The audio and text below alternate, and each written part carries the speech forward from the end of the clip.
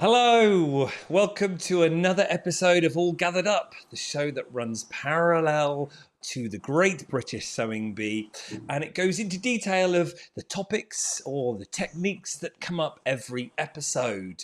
And we do that because we've got a lot more time. Theirs is obviously very heavily cut into an hour, whereas we have a bit more time and we can go about it in a much more relaxed, proper method. And as you know, we can also only do it because we have the expertise of Carol Alayne, Master Tailor Couturier, with us. Good evening, Carol. Good evening. Happy Friday, Stuart. Here we are again. I know, aren't we? And we've recovered from our amazing live last week, haven't we? That was good fun. I think that went really well with lovely comments. And absolutely. Like you said, maybe we can try that again and have some live chat. I think so, because the amount of questions that we were able to talk through was huge, because we had question and answers on the topic that we were looking at, and then we also had a question and answer at the end on generic questions, and as well as talking through the pieces that the sewers had made that episode. It was great. And all live with the people in the chat too. So it was great. Thoroughly enjoyable connecting with the audience in that way. But we're back to being recorded. Well, we're still recording live here. We don't edit the show. We're getting pros at this, but we upload and you're watching it recorded. But yes, maybe we'll do another live. As we come to the end, we're at the quarterfinals, Carol. Where have the last 7 weeks gone? Absolutely. I don't know. It's time is erasing, but Isn't it? it's getting exciting now, isn't it? You know, we're down to the semis next week, and pretty soon we'll have a winner. So it's been a great series this time, series 9. Absolutely. And talking about exciting, I know you've got some exciting things coming up for our viewers. Maybe can you give us a little insight, because I think we're going to talk about it properly next week, aren't we? But can you tease our viewers? Just a little bit of a soupçon. I think we don't have a lot of time because we try to keep our shows here All Gathered Up limited to an hour and a bit, and I think I'd like to show a bit more about some of these techniques. So I thought, if our viewers want to cooperate with us, and I'll show you a few tips today that it's a smaller version of what I'd like to do. So maybe we could put together some masterclasses, which are a bit longer, and explore that. What do you think? I think that will be brilliant. Viewers, what do you think? Yes, let us know in the comments if it's something you're interested in. But yes, having a masterclass with you, because I've already signed up, will be wonderful to develop your sewing skills even more at a much slower pace, and having specialist classes, all I think digitally as well, so not necessarily having to travel. So if you're in Texas or you're in Sweden, you'll still be able to do it. That's the wonders of technology, isn't it, Carol?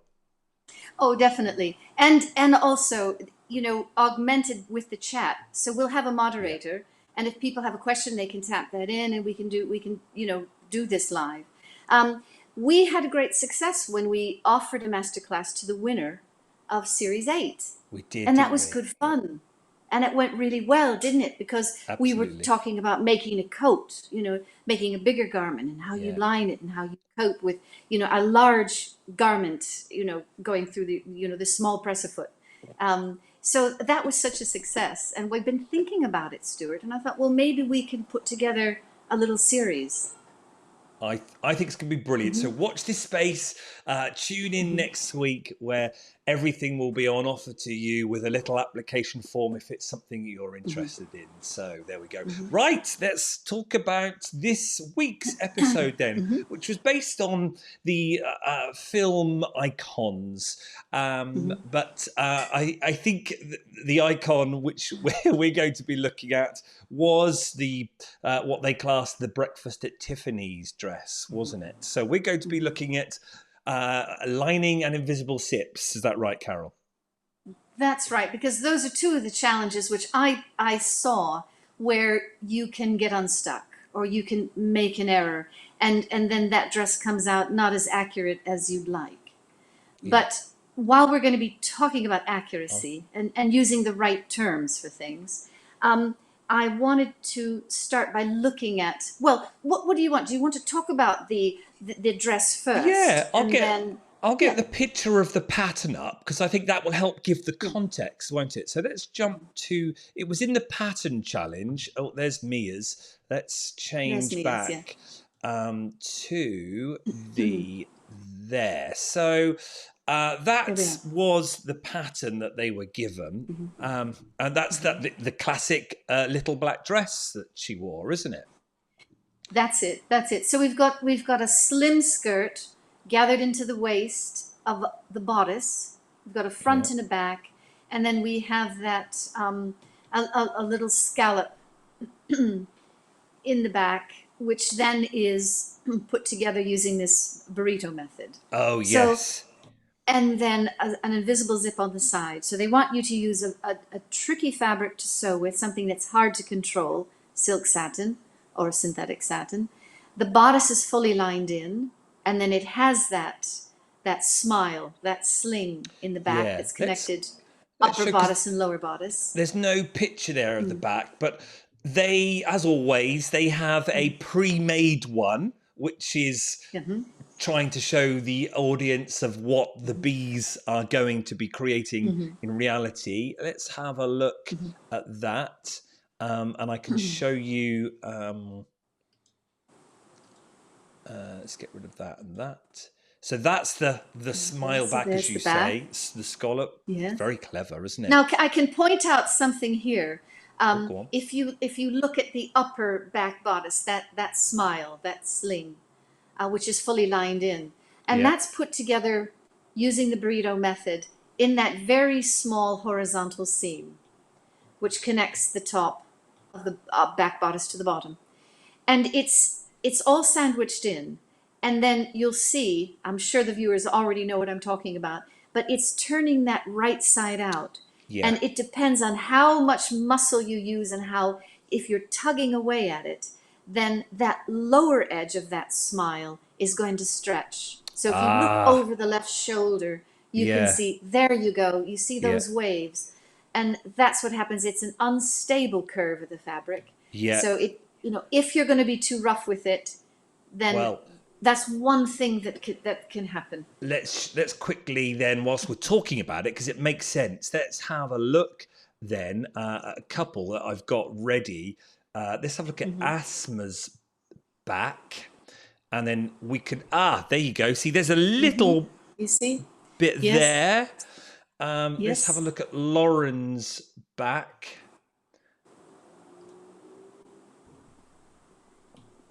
Yeah, I see what you mean. Yeah.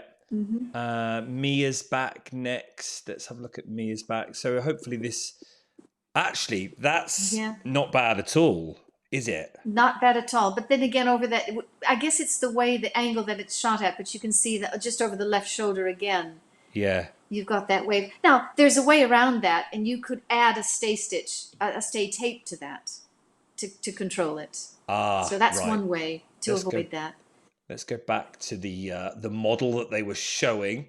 And then I've got another picture because they showed us the side. And I have to say, even with my limited experience, but of patchwork, we're sewing a square to a square and then another square to a square. We're always wanting to get a perfect junction, aren't we? Even with my experience of patchwork, I saw that, there we go. Okay. Here it is. That's right. So, even there, it's my eyes. Woo! Yeah, I think everybody caught that, and I think at the beginning when Esme was describing this, she had one of her fingers over that junction, and Yes. she was hiding it, and you know then and they talked about what they expected. They expected perfectly balanced seams, smooth, Yeah. no puckering, and obviously it's all there, and you could see the rolling of eyes. Yeah. Also, the setup of that zip, it looks like it's a little bit far down from the faced edge, from the underarm there, where you see the zipper pull seems a little bit low, not as accurate as it could be. So if this is the benchmark that we're going to be judging the contestants on, then it's difficult to pull them up on things like this. And I think, Good point. yeah, yeah. So I just wanted to go through that before we talk anymore, and then maybe show a little few tips about putting in an invisible zip where you have a junction like that. And as I said, there isn't going to be time tonight to go through everything, but maybe we can expand on that in a later In the future, class. absolutely. But you're right. Okay. When you're wanting to sew, and they are judging them often, aren't they, on their meat of their junctions and their Yes. points, to Yes. not see it on the model that is showing everyone how it should be done is a little bit disappointing, isn't it? It confuses people because you Yeah. think, well, that's build this, and then when they run into trouble, then they're caught up on it. But you know, you would commission a sample for this show. I doubt very much that the technician that had to produce this sample was under the same time No. restrictions that our contestants are under. They probably had a lot more time to do it. But obviously, they've got someone to do this sample whose level of skill is not as high as it should be. Yeah. So you're going Anyway, to just briefly explain this whole idea of the invisible sip, yeah? yes, I've got a small sample ready. All Um, right. I'll show you just a few things. I'll point out a few tips, and then we'll move on. But we'll come Okay. back to this All later right. Let's go with to. another Oh, show. yeah. Go to Carol Cam. Yeah. Here we Okay. go. Yeah, All look at right. that. So Beautiful. now, can everybody see that there is a seam Oh yeah. running this way? Yeah. Okay. So what we're going to try to put in this zip, and here's the other side Yeah. with the seam here. Just a couple of things that I would say will be helpful. The first one is to align the top of the zip on either side exactly the same. So here, if I unzip it, I've got the top of this zip perfectly lined up with the edge of the fabric. Let's see, Yeah. go this way. Okay. Yeah. So what we don't want when we're putting the zip on the other side is we don't want a displacement. No, you don't want it over or half an inch lower. That's right. Yeah. Is this working? Yeah. I can see the black. Yeah, yeah. That's Okay. a All right. massive. Right. Yeah, we don't want Yeah, that, so do we? just be Yeah. careful. And we had one contestant that had to chop off some excess. Yeah. Okay. So that's the first tip. The second tip is put the one, you know, put your left side of the zip in. Where you have a junction, okay, this seam that runs this way, take a piece of chalk and mark it on your zip. Go all the way across. Okay? Now you can see the mark I've made. Goes Yeah. all the way across. There it is. Now you take the other side and just line it up by eye on that chalk line. Make sure that so that when you go to the other side, okay. Yeah. Let's see. It seems very straightforward, that, doesn't it? Really Yes, simple. that's Yeah. it. Very simple. And Yeah. then sometimes what I do is I'll line this up. So I'll unzip this. Now this is where that mark comes in handy, because now I can line things up. Let's see, going the other way. I can line things up. Yeah. And then sometimes I put a stitch. I get some thread and I put a stitch and I anchor it. Absolutely. Then I zip. then I zip it up again and make sure it matches. Okay. Yeah. The other thing is when you sew a zip, you're sewing in a certain direction. So this one I've sewn from the top of the zip down. Yeah. Now when you turn the zip, when you turn your work around, you might be working the other way. You might be sewing from the bottom up. And the very action of sewing it will drag this over, will push it over, the zip will Move advance it. Yeah. sometimes. Yeah, ahead of where you want the mark to be. Yeah. So that's why putting a stitch in where you have this juncture is helpful. And then you can set your fabric before or behind, knowing that with the direction that you're sewing in will push that fabric into line. Okay, so it's just a few tips. We'll come back to invisible zips. We'll talk about them some more, and I can then answer any other questions in greater detail. Yeah. Okay. So, When you say it like that, it makes so much sense, because I do that in patchwork when I'm putting. I've got a really big junction that I want to get right. I will. It's kind of like a cheat, but I will just put it through the sewing machine on a like a basting stitch, just so it's higher there. stitch, yes. Yeah, yes. and then I can check it. That's good, and then I can do the whole seam, and then not worry about that center where that junction, because that is it. As you can see when we go to that, you want that right, don't you? Because it will be noticeable.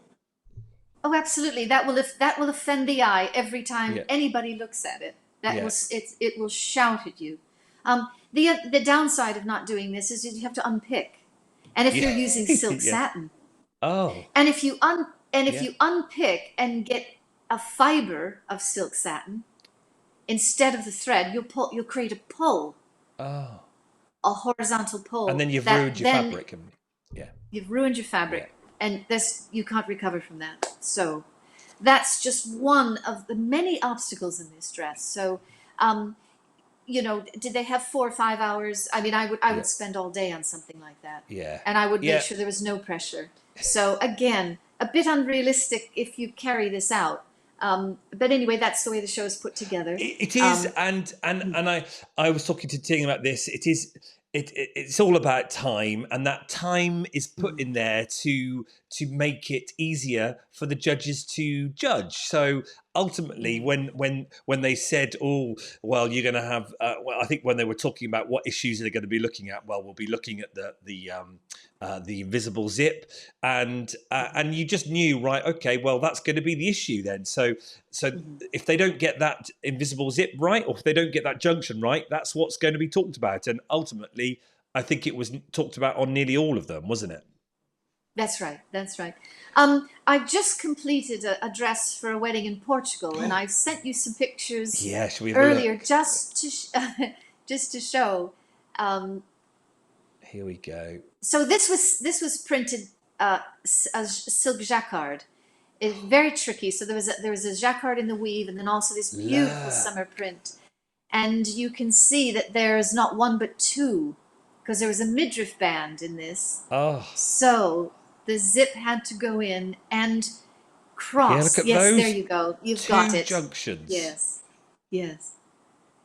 So that was tricky, and I did exactly what I just talked through with you, and you said you've done the same thing with your patchwork.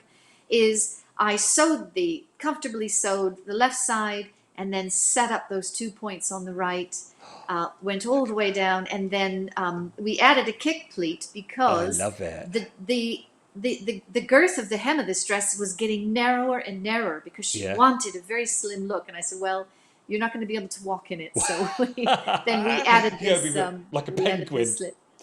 But like a hobble skirt. Yeah. So let's zoom that in a bit more, and let's take another look at that zip from the top, because that is. Can I get any closer on that? I think that's it's at its biggest. Yeah. Okay. But you can still see that zip right at the top there, viewers, can't you? Look right at the top, and it's just under the piping. So I piped the neckline and I piped the sleeves as well to keep everything in line and flat on the body, because you can ease your fabric into the piping. You Right. stretch the piping slightly and you ease the fabric in, and it stayed very close to the body that way. But it worked out really well, and I didn't Yeah. need a hook and bar at the top. I just went straight to the top, and But this, so. what do But we it call? takes What did you call that middle well, section? it's a midriff band. So we Okay. had an upper bodice and a lower bodice to the Yeah. front and back. And if you look to the, I think did I give you a front picture of There is a this? front. It's a bit smaller, viewers, so I couldn't. There we go. I don't think I could. Can I blow that up a bit more? It might Oh, pixelate a there we bit. go. There we go. Okay, right. So the midriff is a little harder to see now, isn't it? Yeah. Um, It's. but Is it? anyway, Is it there with the bow? Is it? yes, Yeah. yeah. But it sort of comes to a V at the bow, and then it goes out toward the Oh, sides. lovely. So it's kind of a hairpin idea. Yeah. And then the bow, I sewed the bow on. The top poppers, the male end of the popper, I used black to go with the purple of the bow, and then on the dress itself, I used silver. So just so if you were looking at on side, you wouldn't see black poppers on the side view. But look at that Anyway, fabric. That fabric is gloriously summerful, isn't it? oh, it was beautiful. And the supplier, Joel and Son, who we have talked about many times, was out of this print, but it was still on their website. And the customer saw it and wanted it. So they hurried up and got another roll printed for me in Italy. And it sat in customs for a little too long, made it a real nail biter at the end, because we did the dress in 3 days. Oh, it's But we did one of the it. most frustrating things about Brexit. Don't get me on Yeah. about customs and Oh, buying stuff from Europe, fabrics, wools, because a lot of our products are made in Europe, especially fine wools and fine fabrics. That's where they're woven, isn't it? that's So, right. Absolutely. Yeah, so, because so buying yeah, any we're of not that doing in as now? much here, are we? No, Yeah, no, and it and is complicated. and it used to before Brexit, where you could buy something and it would be in the post from Italy or Spain, and 3 days later, boom, done. Now, yeah, extra costs for customs, extra charges. Then it sits in customs. Oh, and it takes about 3 or 4 weeks sometimes with certain deliveries. It's very, very frustrating. So I feel your pain there. But yes, love looking at that. And you didn't worry so much. You weren't thinking, right, pattern, and you're obviously not wanting to match, but were you still No. concerned about placement at all, or did you just cut and see? Yeah, I was concerned about placement, but I wanted the style lines to be visible. And if you pattern match, then you miss all the clever design lines in it. Yes, And love it. also, I had piping. Yeah, Piping goes on the bias of the fabric. So that was never going to match because it's on a no, completely different grain line. And I thought about it. It perhaps if I just would have made a shift dress with the front on the fold and the back on the fold in a few darts, I could have then thought about pattern matching. But because this design had so many junctures and interesting shapes about it, I thought, no, I'm not going to pattern match. And then they'll absolutely, show. love it. So I think that is an effective use of the print, don't you think? Absolutely. And as you say, I often think of that in patchwork. It's a very similar thing. In patchwork, do I want the fabric to sing when I quilt it? So therefore doing very discreet quilting, or do I want the quilting to sing? Do I want to see those design lines? And I think that's exactly what you're saying here. You want to really see those design lines. So purposely Yes. play around with it so Yeah. those lines pop. Yes, absolutely. Because you're not seeing dresses like this with that No, kind of interesting cutting. You're not seeing those no, um, I love on, it. on the rails in shops. So just to exploit it and Look at that. the just the interest and the complexities of it. And Yeah. do I And what do I also this. what do I Yeah. spy Go there? ahead. Is that a dart? What have That's you a got there? dart. Yes. Yeah, look at Yeah. that. So it's a very fitted It garment. is This one. beautiful. Thank you. Oh, Love seeing, isn't it Thank you lovely, very much. viewers, when you can see the work in action from the master tailor at hand. I love it. Yeah. Oh, Well, wonderful, thank you. Carol. That, Thank also, you. just one more thing Yeah. to stabilize this silk. I interlined it as well. So I used a muslin, a very, very fine Oh, woven cotton fabric, which I pre-shrunk a couple of times, and I made sure that it wasn't, it was perfectly yeah. sized. And then it gave the dress a slight sponginess, Yeah. so it wasn't quite so flat. Oh, do you know, that's just reminded me something of that. Hold that thought. I'm just going to get my shirt out Okay, from last week. Hang on. right.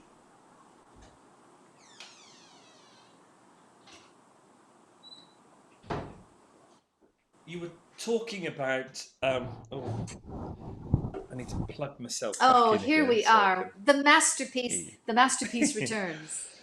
You were talking about interlining. Um, I don't know where I love this. And as I said to you last week, this is now definitely the best thing I've made, even compared to a lot of my heavy piecing that I've done in quilts and piecing numerous fabrics together and getting lots of complicated junctions. This still whoops that. But if there was one thing I'm just slightly disappointed about, and you might put me right or wrong with this, I don't know. But your talk about interlining just made me think. So this is beautiful linen. It's wonderful, floppy. Do you think I should have not interfaced my collar, my button band? The button stand. Yeah, Um, because I I don't think know now whether that's just too. Everything's so soft and relaxed, and I'm yeah, I'm now looking at that thinking, oh, I don't know whether that's just too formal because it is a shirt, right. and Yeah. maybe with experience, I would have gone because remember I asked you about the interfacing of the collar, and you said Yes. only interface what can be seen, so that would be the Yes. collar The top. The top top. collar. I did exactly that, and you are so true. It's worked a treat. There's still an element of casualness about it, and it's not so stiff. But yeah, what do you think? Okay, two things. What? Well, first a question. Did you use a fusible product? I did, yes, yeah. Okay. And did you use a light, a medium weight, a I heavier used a weight? firm, yeah, I used a firm. There you Damn, go.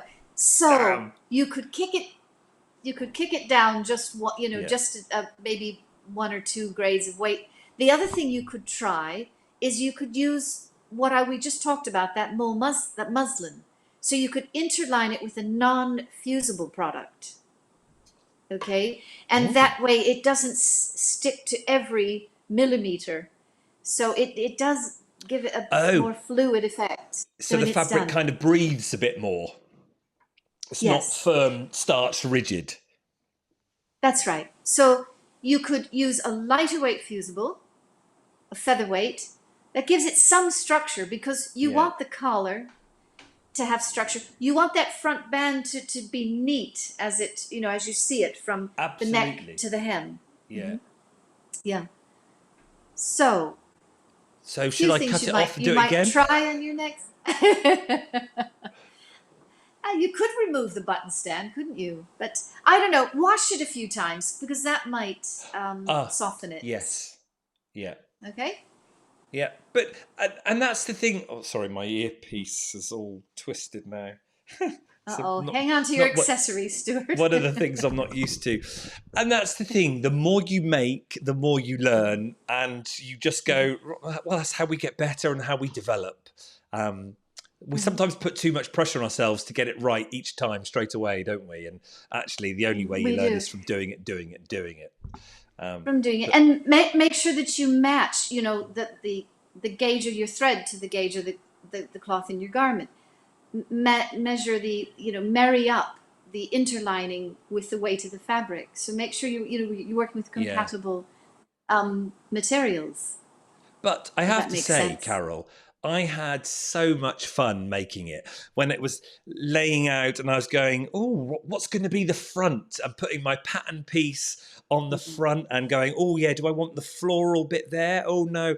So it was a really nice thing to do. So, viewers, if you get a chance to upcycle a tablecloth that you got lying around, go for it, because there was extra creativity that was allowed to come out doing it, isn't there?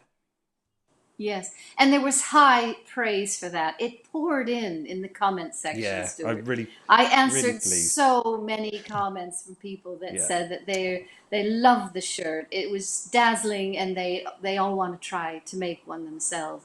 Where they're going to find such an exquisite piece of embroidery work, though, Well, on th- linen, uh, is go into your, if you've still got grandparents, if you, or your mother in there, or your father, go up in the mhm, loft, start digging out, yeah. go to those blanket boxes, Mm-hmm. delve down. You never know, or go Mm-hmm. around to a local charity shop or one of these Mm-hmm. vintage thrift shops, or a trip down to Portobello Road Market, Carol, Camden Mm-hmm. Town. Sure, sure. Oh, believe me, I'm on the lookout. Trust me. Right, let's go into the pattern challenge then, and let's take a look at everyone's breakfast at Tiffany's dress, as they coined it, and take a look at that. Where are we? So we've seen what they were told to be making. That was the live picture of it, and we'll Mm-hmm. go through alphabetically as is best to do. So let's get rid of that and let's go to Asthma first. So that's Asthma's Mm-hmm. back, Mm-hmm. and Everything she's doing now is just beautifully sewn. isn't it? Um, Absolutely. yeah, and And this is then, it. We talked about how tricky the challenge yeah, is. So all the lines in her dress are so clean. And again, I saw in that long side seam, I saw what we talked about before, this rhythm of pucker. Where it says every 4 or 5 inches you have another pucker, yeah. and on that side seam, and that we heard that could have been pressed out. Well, it's very difficult to press that out, but I thought that Oh, was this interesting. is this is Patrick's informal term, the bouncy seam, isn't Yeah. it? Yeah. Yes. Yeah. It's So it's puckering. It's uneven. You're stretching one side or feeding in one side yeah. more fabric than the other, and that's what causes these ripples or the puckers. It's an imbalance in the length of cloth given a segment. And So that's that's that, that's that's how that purely works down out. to time. If the sewer is going Hmm. slower and not rushing, that won't Hmm. happen. I'm Hmm. guessing. Yeah, is that right? Maybe, and pinning more, using more pins and making sure that it's level. When you start at the top of a seam, make sure that everything matches down to the bottom of the seam. And you Yeah, can take a quick measurement of your pieces. You can go run back to your pattern and say, that outside seam should be 40 inches. So yeah. then you can check all four of your side seams, the front, two front and the two back. Make sure they all are cut to 40 inches and then pin along the way. That's one way to make sure that you can avoid that the puckering in the seams.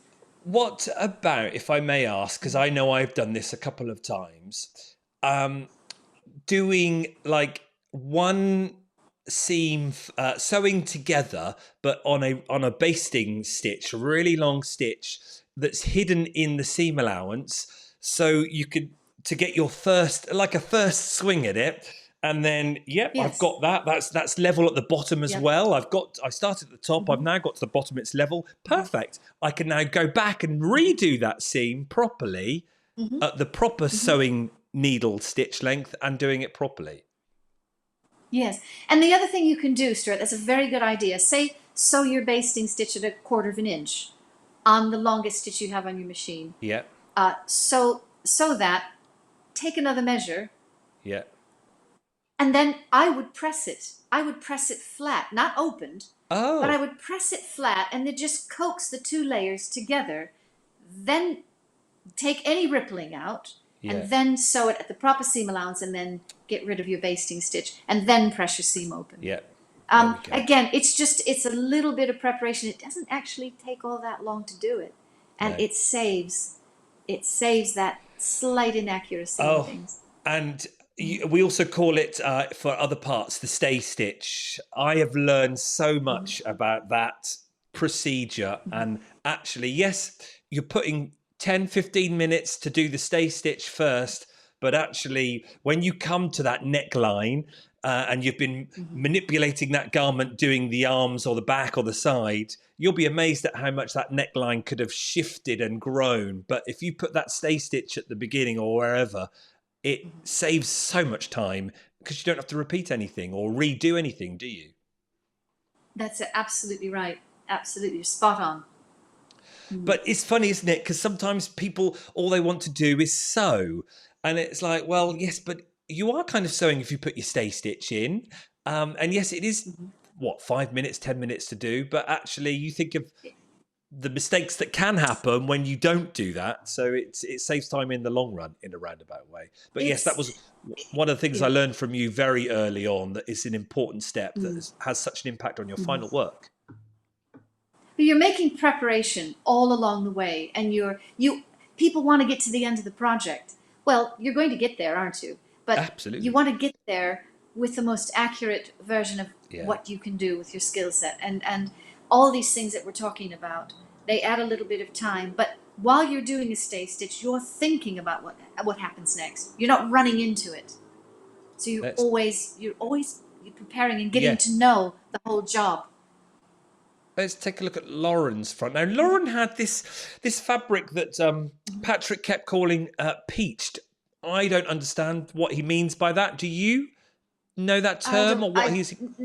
No, it had a brushed finish. It had Yes, you know, maybe a like a nap, chamois leather. yeah, something like that, something like that. It had a texture about it, Yeah. which gave it a matte finish. Um, Nothing wrong with that, and she No? did a fair job at it.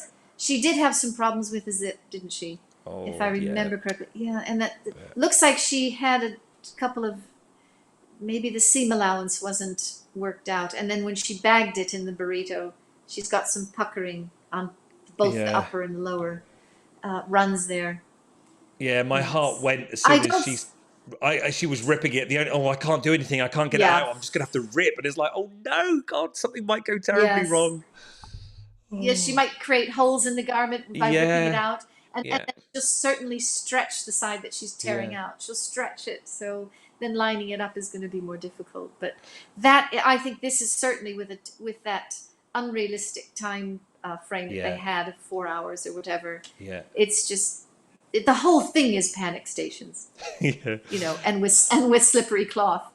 Let's take a look at Mia's. And there's Mia's. Now, I don't know how it's difficult when you're looking at it in this light, but I noticed something about Mia's dress, and I wanted to talk about it, highlight it, and maybe spend a minute on it, and then we Oh, can maybe come back to this and expand on it later. But it looked to me like the outer dress, the bodice, was taller than the lining. It looked oh, I like see. we had some horizontal bagging going on there, Yeah. which means that maybe her lining was short. And I thought this happens a lot, and I prepared a little Oh, sample. If we could go to, yeah. um, Indeed, we can. okay, so let's Oh, have let's a get rid of look. that. I Yeah. made, yeah. So you'll all recognize this. We've got the front bodice with the bust dart, the back bodice section with the back dart, um, and this was to be sewn together and then lined, fully lined. Yeah. And then the zip is inserted in the side, and then they wanted you to put the lining in by hand. Okay? So I cut this out. I just got the front. That's all time would allow. There's my front bodice with the darts. You can see this great sculpture that we have here. Yeah. Okay? There we go. How does that look? Yes, that looks Yeah. It lovely. looks beautiful Then and I made up crystal using clear. the same, yeah, using the same pattern piece. Yeah. I made my lining. Okay. Okay. Then I went to the board and I pressed the darts in, Yeah. because that's the next stage. and I gave it a good press. Now I'm going to line it. However, look what happens. Here's something that's very tricky about lining. And it happens, you'll notice, with a high street garment. I'm going to pin this together. And the two pieces are exactly the same, the lining and the pattern Yep, piece. the Yep. lining is the same. But when I try to line this up, just in pressing it, the lining has come out short. Yeah. You can see even in the cross chest, you see how Yeah. much shorter the lining is. Now let's go to the length in the front. If I match up the front, can we see? No, we can't. Yeah. Can we see how much shorter? Shorter. Yeah, Yeah. you see? Yeah. Very good. So when you go to line the garment in, let's go to the other side. When you go to line the garment in, and if you turn in the seam allowance, and you try to apply that, where it would line up on the inside of the garment, then you're going to be this short on the top. Oh. See, does it need rendering? Yeah, sometimes it's there and sometimes it's slow, but we can still see. Yeah. You can still see. Again, Stuart, I just wanted to spend a minute on that to show you that you can be working with two different fabrics, and one can shrink in the pressing at a different rate to your main fabric. Oh, how do you then deal with that? So, well, you'd have to cut a new lining.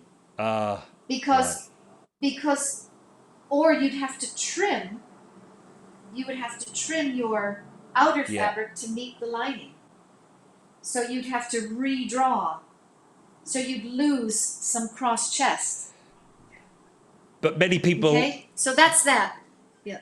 But I suppose on the B, they're not going to do that because of time, are they? And I'm just trying to think, if I was doing that, I would just think, oh, I can fix it when I sew it together. That'll still work. But actually, it won't, will it? Because you'll then technically get what Mia then got, I presume.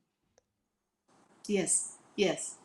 Now, it's not that pronounced, but I think when she turned her lining up to sew it onto that waist seam, okay, even if you take a deeper seam allowance, so if you're not exact when you turn up, when you make your facing on the lining and then you're hand stitching it around, so you really want to make sure your lining is just a bit bigger where it needs to be bigger, and one of those areas is in the length, because lining will shrink in the length and it will draw everything up. Sometimes you see a chap walking around in a suit coat that's been dry cleaned a couple of times, and you can see that back panel is it's being taken up shorter than the hemline because of the lining and how much it's shrunk. Brilliant point, Carol. Thank you. Let's move on to Tony. Let's have a look at Tony Beanie. Where is Tony's? There. Yes, I really like this rendition. I thought it was superb. Yeah. Really like the placement, the choice of cloth, the placement. His gathers at the waist are so delicate. He's pressed it very well. He did such a good job on this. And we've seen this fabric before, haven't we? Because Asma used this fabric. Asma had it in week 1 for her cutout with the twist top at the front. And that's right. And there's his back. Now I remember. And again, it's always on that left sleeve, isn't it? That left shoulder. Yeah. The ripple. Isn't that interesting? I wonder. Yeah. That was obviously the bit with the burrito method, isn't it? Pulling out. That's how it happens. Yeah. Now, I know Tony had the same fabric for the lining as the rather than a solid. What's happened there? Is that the lining? Yes. Is that the bottom coming up? Yes. So it could be that he just didn't pull that seam to the edge before he pressed it. It could have been a time thing. Yes. It could be that it's perfectly sewn, but when it came time to pressing, he on the left side, you've got a very clean edge. So Yes. something went wrong, and I think that was probably a time factor. And then he understitched the wrong side, didn't he? He understitched Yes, this bit here. the lining side. Yeah. Yes, yes. So, I mean, it's a fair point that maybe using the same fabric to line the garment does confuse things a little Yeah. bit. But my guess is that probably wasn't a factor. I think time was a factor more than anything in this challenge. And let's finish off as we're going through alphabetically with Vicky. Where's Vicky's one? There and there. Now, out of all of them that we've seen, so not including Asthma's, that bodice, there's no bagging or rippling at all, is there? No. That looks stunning, doesn't it? None at all. This is such a beautiful choice of cloth. And again, she used the same cloth to line it, and she didn't run into those problems. I thought this was really probably the most striking number. It's tricky with a print because you're kind of copying a little black dress, so you want a monochrome color. But I think that this was great fun, lovely choice of cloth. And again, the same problem that everyone had, really. Nobody escaped this. No. How did her zip look? Do we have a... I couldn't get a shot. No, it was too close. Yeah, I think it was good because where did she come? Let's go to my notes. Let's have a look at I've got a group. Let's go to the group shot actually. There. It might be better. Let's have a look.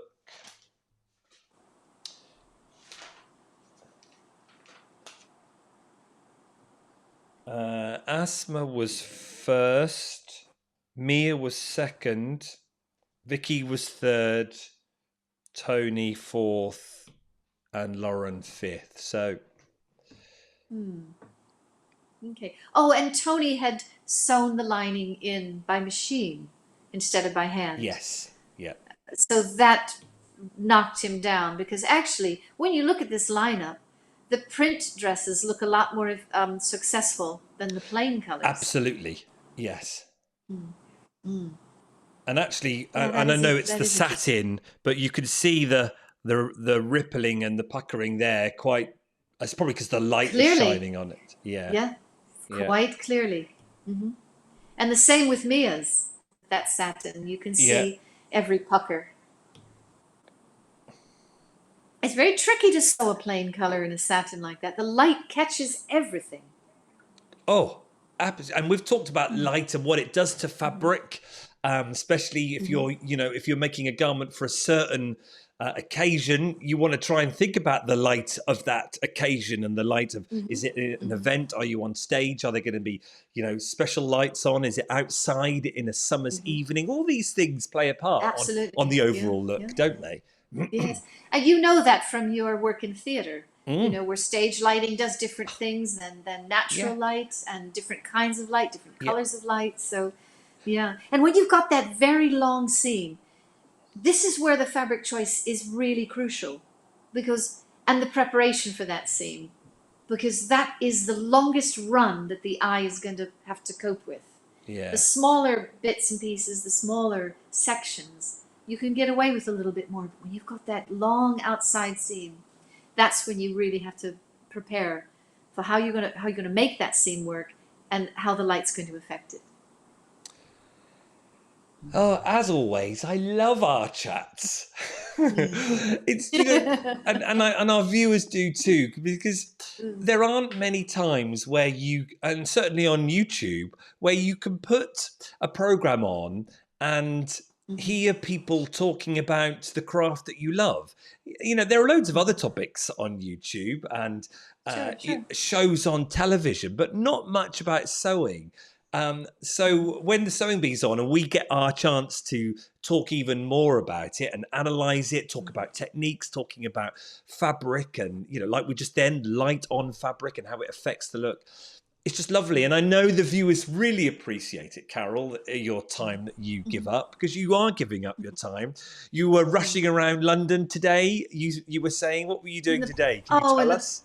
I was rushing around in the pouring rain, and that was awkward because I had 2 deliveries to make. So you're juggling an umbrella and your garment bags and all your bits and pieces and just trying to stay steady, and everybody's rushing around. And then my last client today said, let's have lunch. And I met him at a restaurant and let's get a bottle of wine. And I thought, oh dear. Well, well, why not? Why not? But it is all about relaxing with the work, and it came in that form today. So I was rushing around. It was a Friday, trying to get everything done, and let's just take the edge off.